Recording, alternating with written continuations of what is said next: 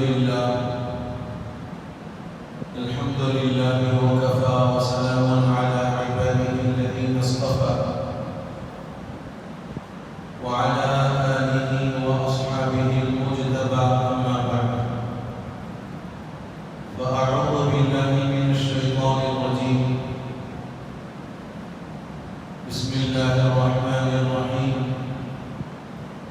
والفجر وليال عشر والشفع والوتر وقال رسول الله صلى الله عليه وسلم ما من أيام أحب إلى الله للأعمال الصالحة من أيامه العشر أو كما قال صلى الله عليه وسلم.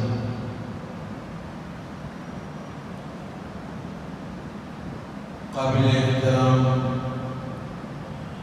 عزیز بزرگوں نوجوان بھائیوں، ہمارے یہاں ایک کہاوت ہے، سب دن اللہ کے۔ اس کا مطلب یہ ہے کہ بندے مومن اپنے ایمان اور اپنے عقیدے کی بنیاد پر ہر دن کے خیر اور ہر دن کے شر کو یہ سمجھتا ہے کہ یہ اللہ کی مرضی ہے، اور ایک ایمان والے کے لیے حکم بھی یہی ہے کہ وہ اپنے اعمال اور اپنے ایام میں پیش آنے والے ہر خیر اور ہر شر کو اللہ کی طرف منسوب ہے۔ ایمان مفصل میں ہم لوگ اس بات کا اقرار کرتے ہیں وَالْقَدْرِ خَيْرِهِ وَشَرِّهِ مِنَ اللَّهِ تَعَالَى، کہ انسان کی اچھی اور بری تقدیر اللہ کی طرف سے، اور حکم خداوندی کے بغیر کائنات میں کوئی چیز اپنا اثر نہیں دکھا سکتی۔ حضرت خالد بن الولید رضی اللہ عنہ کا واقعہ بڑا مشہور ہے کہ وہ کسی جنگ کی تیاری میں مصروف تھے اور ایک جگہ جا کر کے انہوں نے پڑاؤ ڈالا، ساتھ میں مسلمانوں کا لشکر بھی ہے، اور آپ کا جو دشمن ہے، دشمنوں نے ایک سازش یہ رچی کہ ایک مخبر کو اور ایک خبر لانے والے کو طے کیا، اور اس کو یہ ذمہ داری دی گئی کہ ایک زہر کی شیشی اس کے ہاتھ میں دی گئی، اور یہ کہا گیا کہ جہاں مسلمانوں کے لشکر کا لنگر خانہ ہے، جہاں سے یہ مسلمان کھانا کھاتے ہیں، یہ زہر لے جا کر کے اس میں ملا دینا، تاکہ جتنے مسلمان ہمارے خلاف لڑنے آئے ہیں وہ سارے کے سارے ختم ہو جائیں۔ چنانچہ وہ مخبر اپنے اس کام کو انجام دینے کے لیے پہنچتا ہے، مسلمانوں کا جہاں لشکر تھا وہ اس لشکر میں گیا، اور اس نے اپنے کام کو انجام دینا چاہا، اتفاقاً مسلمانوں نے اس کو دیکھ لیا، وہ پکڑا گیا۔ اب اس کو حضرت خالد بن الولید رضی اللہ عنہ کی خدمت میں پیش کیا گیا کہ یہ دشمنوں کی طرف سے آیا ہوا ہے، اور اس کے لیے جو کام طے کیا گیا تھا وہ یہ کہ یہ مسلمانوں کے لنگر خانے میں جا کر کے یہ زہر اس کے اندر ملا دے تاکہ ساروں کی جان چلی جائے۔ خالد بن الولید رضی اللہ عنہ نے اس کے ہاتھ سے وہ زہر کی شیشی لی، اور جو جملہ ارشاد فرمایا وہ تاریخی جملہ۔ خالد بن الولید رضی اللہ عنہ نے فرمایا کہ اگر میری موت اس زہر کے ذریعے سے اللہ نے طے کی ہے تو اگر میں اس کو استعمال کرتا ہوں تو یقیناً میری جان جائے گی، اور اگر اللہ نے میری موت اس زہر کے ذریعے سے مقدر نہیں فرمائی، طے نہیں کی ہے، تو میں اس زہر کو استعمال بھی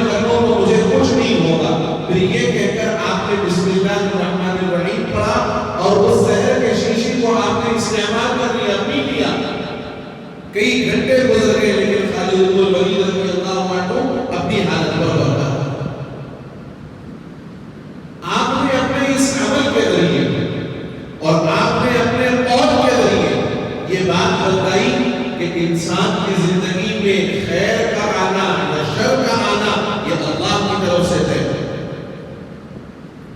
لیکن اللہ رب العزت نے بعض دنوں کو، بعض راتوں کو، بعض گھڑیوں کو دوسرے دنوں کے مقابلے میں، دوسرے ایام کے مقابلے میں، دوسری راتوں اور دوسری گھڑیوں کے مقابلے میں فضیلت اور برتری عطا فرمائی، اور وہ فضیلت اور برتری انسانوں کی طرف سے طے شدہ کی ہے، انسانوں کے مالک کی طرف سے طے شدہ۔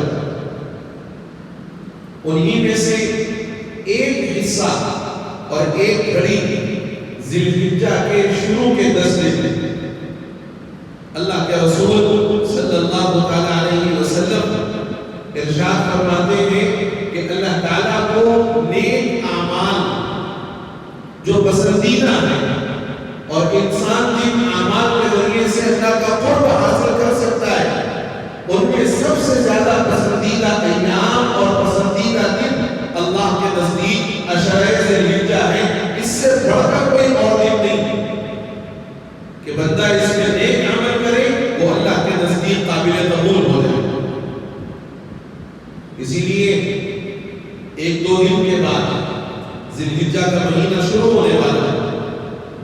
اس مہینے سے متعلق علماء نے قرآن و سنت کی روشنی میں 10 خصوصیات ذی الحجہ کی بیان فرمائی، اور وہ 10 خصوصیات ایسی ہیں جو ذی الحجہ کے اندر پائی جاتی ہے، اور اس سے یہ مہینہ دوسرے مہینوں کے مقابلے میں ممتاز ہو جاتا ہے، اور اس سے یہ پتہ چلتا ہے کہ ان ایام میں اللہ کو عبادت کرنا بندوں کا اتنا زیادہ پسند ہے تو اس کی وجوہات کیا ہیں۔ ان 10 خصوصیات کے ذریعے سے یہ بات سمجھ میں آ سکتی ہے۔ چنانچہ سب سے پہلی خصوصیت ذی الحجہ کی یہ ہے کہ یہ اشہر حرم میں سے ہے۔ اشہر حرم کا مطلب ہوتا ہے حرمت والے مہینے، جن مہینوں کی عظمت کا، جن مہینوں کے احترام کا، اور جن مہینوں میں لڑائی جھگڑوں سے باز رہنے کا عربوں نے اہتمام کیا، اور اس وقت اہتمام کیا جب اسلام کا پودا عرب کے اندر نہیں کھلا تھا۔ زمانہ جاہلیت میں بھی اہل عرب چند مہینوں کا احترام کیا کرتے تھے، ان میں 3 مہینے ایک ساتھ، ذی قعدہ، ذی الحجہ، محرم، رجب، یہ 4 مہینے۔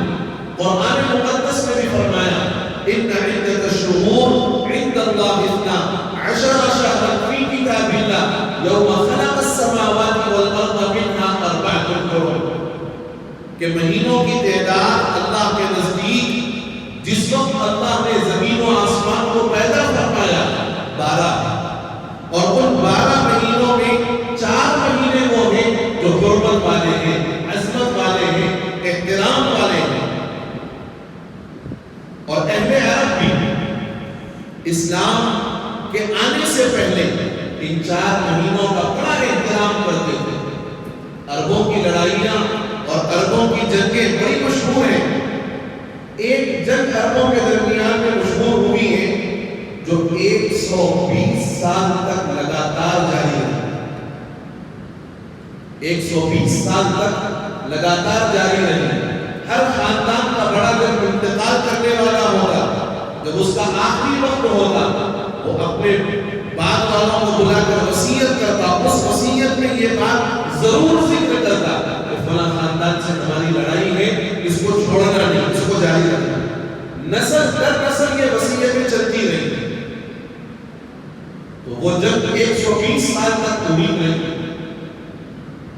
آج ہم اسلام کے نام لیوا ضرور ہیں، نبی رحمت صلی اللہ علیہ وسلم کو ماننے والے، آپ کو اپنا نبی برحق تسلیم کرنے والے، آپ کے لیے اپنا جی جان ہر چیز قربان کرنے اور لٹانے کو تیار رہنے والے ہم مسلمان ہیں، لیکن ہمارے درمیان بھی دشمنیوں کا سلسلہ اسی طرح ہے۔ چھوٹی موٹی باتیں یہ انسان کی جان لینے تک ہمیں آمادہ کر رہی ہیں، اور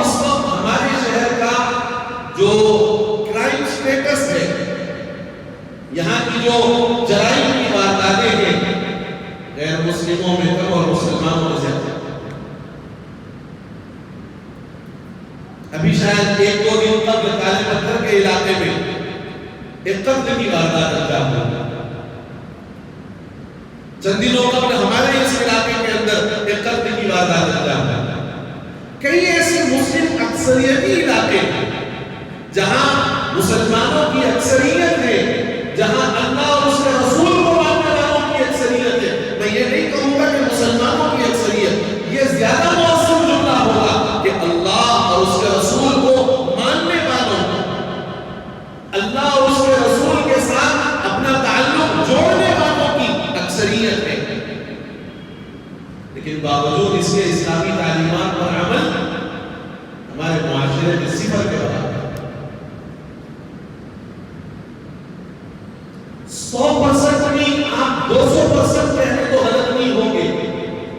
200% آبادی مسلمانوں کی، مسلم علاقوں کی، لیکن مساجد میں فجر کی نماز کا ماحول الامن والعافیہ. 5 مسلم، 7 مسلم، 10 سے 12 مسلم، جبکہ 200% مسلمان آباد ہیں. جو نیند ہمیں بستر سے اٹھا کر مسجد نہیں پہنچا سکتی، جو نیند ہمیں بستر سے اٹھ کر اللہ کے دربار میں نہیں لا سکتی، وہ قبر سے اٹھا کر جنت میں کیا پہنچائے. میرے بزرگوں سوچو، پھر ہمارا یہ شکوہ کس بنیاد پر کہ اللہ ہماری مدد نہیں کر پاتا. اللہ کی مدد مسلمانوں کے شامل حال نہیں ہے. مسلم ممالک کا حال ایسا کیوں ہوتا جا رہا ہے؟ یہ شکوہ کرنا لغو ہے، بیکار ہے. مسلم ممالک کا بھی حال دیکھیں آپ. عمرہ بند ہو چکا ہے، حج کے لیے آنے والوں کی تعداد مختصر ہو گئی ہے، حرم شریف خالی پڑا ہوا ہے. لیکن اسی ماحول میں، جس ماحول میں کورونا کے نام پر مسلمانوں کو عبادات سے، مسجد حرام سے، عمرے اور حج سے روکا گیا، سنیما گھر آباد ہوتے چلے گئے مسلم ممالک میں. کئی سنیما گھر کھلے، کئی تھیٹرز کھلے. مسلمان بیٹھ کر کے فلم بینی کر رہا ہے، سنیما دیکھ رہا ہے. کہتے ہیں کہ اللہ کی مدد ہمارے اوپر نہیں آتی. ہم نے اپنے آپ کو اس قابل کہاں بنایا کہ اللہ کی مدد آئے؟ ہم نے اپنے اندر وہ صفات کہاں پیدا کی کہ جن صفات پر اللہ کی رحمت جوش میں آئے اور مسلمانوں کی ہر طرف سے مدد ہو جائے. میرے بزرگوں، میں نے گزشتہ بھی ایک بات کہی تھی،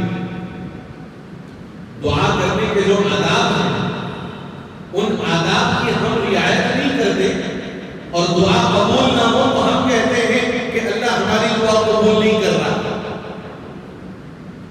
یعنی غلطی ہماری ہوتی ہے، غلطی ہماری ہوتی ہے، ہم الزام اللہ کی طرف کر دیتے ہیں.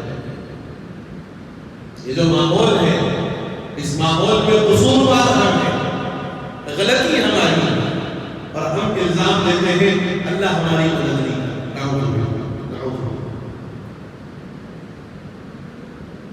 میرے بزرگوں، اصل میں ایمان اور ایمان کی جو حلاوت ہے، ایمان کا جو تقاضا ہے، اس تقاضے پر ہم اپنی زندگی کو نہیں لائیں.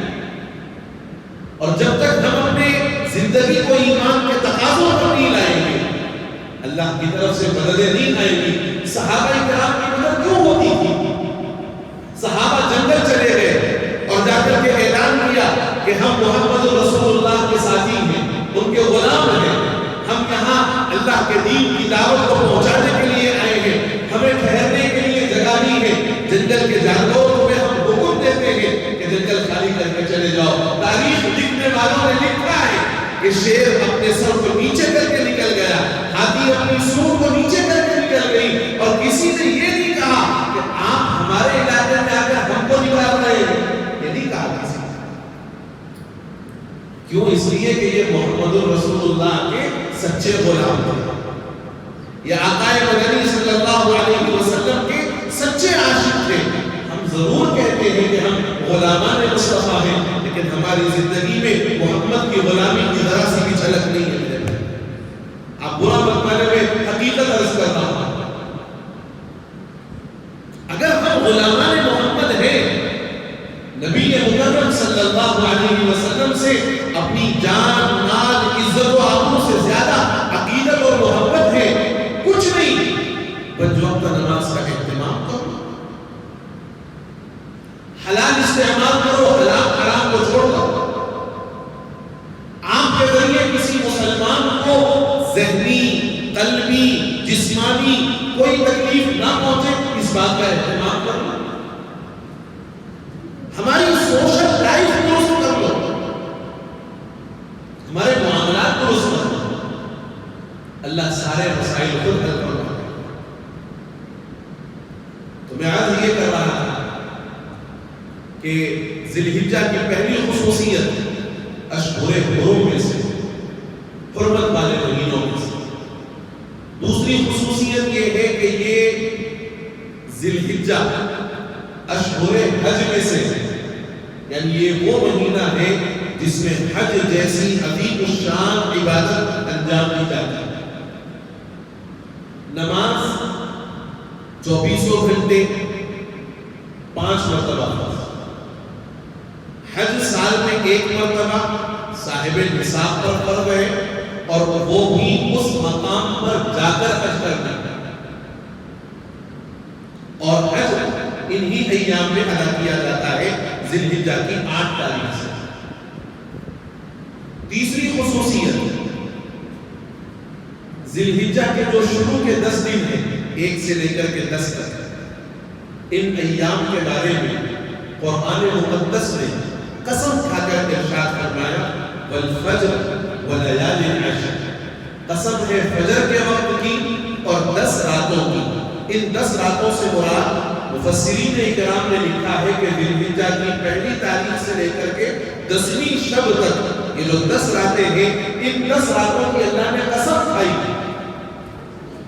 اور پھر ایک حدیث میں فرمایا گیا کہ اگر بندہ ذی الحجہ کے 10 دنوں میں شروع کے 9 دن، 10واں دن تو عید کا ہوتا ہے، شروع کے 9 دنوں میں اگر 1 روزہ رکھتا ہے نفل، تو اس 1 روزے کے بدلے 1 سال کے روزوں کا ثواب نامہ اعمال میں لکھا جاتا ہے.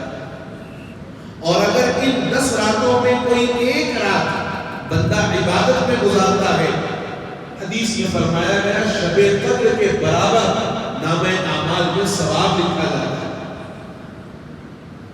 10 راتوں کی اور 10 ایام کی یہ فضیلت ہے. ایک اہم ترین خصوصیت ذی الحجہ کی عرفے کا روزہ. عرفے کا روزہ 9 ذی الحجہ کو رکھا جاتا ہے، جب حجاج اکرام منی میں اور میدان عرفات میں وقوف کرتے ہیں. وہ وہاں کی 9 تاریخ کے اعتبار سے کرتے ہیں. عموماً ہمارے اور سعودی وغیرہ کے درمیان 1 دن کا فرق ہوتا ہے، تو وہ 9 ذی الحجہ میں وہاں وقوف عرفہ کرتے ہیں. جب یہاں 9 ذی الحجہ کا دن ہوتا ہے، یعنی عید سے 1 دن پہلے، اس دن کے روزے کے بارے میں فرمایا گیا. حضرت ابو قتادہ رضی اللہ عنہ روایت فرماتے ہیں حضور اکرم صلی اللہ علیہ وسلم نے فرمایا کہ عرفے کے روزے کے بارے میں مجھے اللہ کی ذات سے یہ امید ہے کہ جو بندہ اس دن روزہ رکھے گا، 1 دن پچھلے اور 1 سال پچھلے اور 1 سال اگلے گناہوں کی معافی کا ذریعہ بنے. یعنی 2 سال کے گناہوں کی معافی کا ذریعہ عرفے کا روزہ. یہ بہت اچھی بات ہے کہ ہم ان روزوں کا اہتمام کریں اور جتنا ممکن ہو سکے اتنا عبادات کے اندر اپنے آپ کو لگائیں. لیکن میں آپ کو ایک حقیقت بتاؤں میرے دوستوں، ہم نوافل پر بہت توجہ دیتے ہیں، نفلی اعمال پر ہم خوب توجہ دیتے ہیں، پوری محنت کرتے ہیں. اور ماشاءاللہ ہمارے حیدرآباد کا ایک ماحول بھی ہے کہ نوافل کے واسطے خوب اہتمام، عرفے کا روزہ رکھیں گے اور اس کی تیاریاں کریں گے. بہت اچھی بات ہے، ضرور رکھیں، بالکل رکھیں. لیکن کیا فرائض کو چھوڑ کر کے صرف نوافل کے پیچھے پڑ جانا یہ عقل مندی؟ جب آپ نوافل کا اہتمام کریں تو نوافل کے اہتمام سے مقدم فرائض کا اہتمام کریں، فرائض کا اہتمام کرو، 5 وقت نماز کا اہتمام کرو میرے بزرگوں۔ آپ یاد رکھو نماز انسان کی زندگی میں آنے والی تمام مسائل اور مشکلات کو دور کرنے کا مؤثر ذریعہ ہے، مؤثر ذریعہ۔ آپ آزما کے دیکھو، آپ یہ آزما کے دیکھو کہ آپ اہتمام سے نماز کو اپنا معمول بناؤ، اور آپ کے جو مسائل ہیں، آپ کی زندگی کے جو حالات ہیں، ان حالات کو لوگوں سے بیان کرنا کوئی ہماری مدد کے لیے آگے بڑھنے والا نہیں۔ وہ مسائل اور وہ حالات جو ہماری اپنی زندگیوں میں ہیں، ان حالات اور ان مسائل کو اللہ کی بارگاہ میں آ کر بیان کرو۔ اللہ ایسے راستے نکالے گا کہ ہمارے فہم و گمان میں نہیں ہوگا، اللہ راستے بنائے گا اور کام بنتے چلے جائیں گے۔ نمازوں کا اہتمام کرنا، علماء نے لکھا ہے کہ عشرہ ذی الحجہ میں اس کی فضیلتوں سے اور اس کی برکتوں سے، اس کی رحمتوں سے استفادہ کرنے کا طریقہ یہ ہے کہ بندہ 5 وقت نماز کا اہتمام کرے، چلتے پھرتے اٹھتے بیٹھتے اللہ اکبر اللہ اکبر، لا الہ الا اللہ واللہ اکبر، اللہ اکبر وللہ الحمد، جو ہم عیدین میں تکبیر کہتے ہیں، اس کو تحلیل کہتے ہیں، اس تکبیر کو پڑھتے رہیں، اس تحلیل کو اور اس تکبیر کو مستقل پڑھتے رہیں، چلتے پھرتے اٹھتے بیٹھتے، اور سبحان اللہ والحمدللہ ولا الہ الا اللہ واللہ اکبر، تیسرا کلمہ، اس کلمے کا زیادہ سے زیادہ ورد کریں۔ یہ اللہ کی رحمتوں کو بندوں کے قریب کرنے والے کلمات ہیں۔ یہ وہ کلمات ہیں کہ جب بندے کی زبان سے یہ جملے نکلتے ہیں، اللہ کی رحمت بندوں کی طرف متوجہ ہوتی ہے۔ اس لیے اہتمام ان باتوں کا اور ترتیب سے قرآن پاک کے اہتمام، تلاوت کا اہتمام کر لیں، ترتیب سے قرآن کی تلاوت کا معمول بنے کہ ان 10 دنوں میں کم از کم ایسا ہو کہ قرآن کا کچھ حصہ ہماری تلاوت میں آ جائے۔ درود شریف کا کثرت سے ورد کریں۔ ویسے تو جمعہ کو درود کا اہتمام کرنا ہر مومن کے لیے باعث اجر و ثواب ہے، لیکن ان 10 دنوں میں بطور خاص درود شریف کا کثرت سے اہتمام۔ آپ یقین جانیے علماء نے لکھا ہے اور بڑی تحقیق کے بعد لکھا ہے، تجربے کے بعد لکھا ہے کہ درود شریف ایک ایسا مؤثر ترین عمل ہے کہ جو انسان کو تمام مسائل اور پریشانیوں سے جلدی باہر نکالتا ہے، بہت جلدی باہر نکالتا ہے۔ اس سوز دل کے ساتھ نبی کی محبت اور نبی کے عشق میں ڈوب کر اگر آپ اپنی زبانوں کو درود سے رطب اللسان رکھیں گے، آپ کی زبانوں پر درود جاری ہوگا، اللہ آپ کے مسائل کو انتہائی آسانی کے ساتھ حل کرے گا۔ کئی ایسے بزرگان ہمارے خود شہر حیدرآباد کے اندر اور ہمارے ہندوستان کے اندر ایسے گزرے ہیں جن کے معمولات میں لکھا ہے کہ روزانہ 1.25 لاکھ مرتبہ درود شریف کا اہتمام کرتے ہیں۔ ہم کم از کم 100 مرتبہ پڑھ لیں، صبح 100 اور شام کو 100۔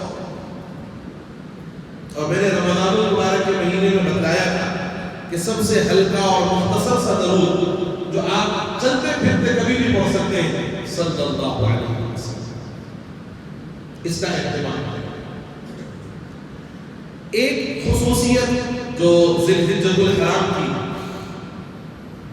اس مہینے میں قربانی کرنے والوں کے لیے یہ حکم دیا گیا اور یہ حکم مستحب درجے کا ہے کہ جو آدمی قربانی کا ارادہ کرے وہ ذی الحجہ کا چاند دیکھنے سے لے کر کے اپنی قربانی کا جانور ذبح ہونے تک اپنے سر کے بال، اپنے بدن کے بال اور ناخن وغیرہ نہ نکالے۔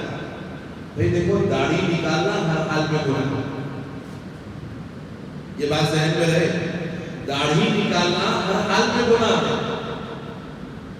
اور آپ لوگوں کی بھی نظروں سے شاید گزرا ہوگا کہ مرد کا زیور داڑھی، مرد کا زیور داڑھی، عورت کا زیور اس کے سر کے بال۔ عورتوں کے بارے میں تو ہم یہ کہتے ہی رہتے ہیں کہ بھئی کم عقل ہوتی، اور حدیث میں بھی فرمایا گیا ہن ناقصات عقل و دین، کہ عورتیں عقل کے اعتبار سے بھی کمزور ہوتی ہیں، دین کے اعتبار سے بھی کمزور ہوتی ہیں۔ دین کے اعتبار سے کمزور ہونے کا مطلب یہ ہے کہ مرد پورے دن عبادت کر سکتا ہے، عورت کو مہینے کے کچھ ایام ایسے ہوں گے جس میں وہ عبادت نہیں کر سکتی۔ تو یہ دین کے اعتبار سے کمی اور عقل کے اعتبار سے کمی اس معنی کر ہے کہ وہ کوئی کام اور کوئی فیصلہ کرے تو تمام مراحل پر اور تمام پہلوؤں پر غور و فکر نہیں کرتی، جلد بازی میں فیصلہ کرتی ہے۔ مرد اگر کوئی فیصلہ کرتا ہے تو سارے پہلوؤں پر نظر ڈال کر کے فیصلہ کرتا ہے، لیکن پھر بھی عورت دین کے اعتبار سے عقل کے اعتبار سے ناقص ہے، کمزور ہے، لیکن وہ اپنا زیور اتار کر نہیں پھرتی، وہ اپنے زیور کا اہتمام کرتی ہے۔ مرد ماشاءاللہ کامل عقل والا ہے، مرد کو اللہ نے مکمل یعنی اس کو عقل سلیم عطا فرمائی ہے، وہ فیصلہ بھی کرتا ہے تو مضبوط فیصلہ کرتا ہے، وہ عقل مندی کا ہر جگہ اظہار کرتا ہے، لیکن اپنے زیور کی جگہ اپنی عقل مندی بھول جاتا ہے، اپنے زیور کی جگہ اپنی عقل مندی بھول جاتا ہے۔ کون سا ایسا آدمی ہوگا بھائی جو اپنا قیمتی زیور چھوڑ دے؟ یہ رسول اللہ سے محبت کی علامت ہے۔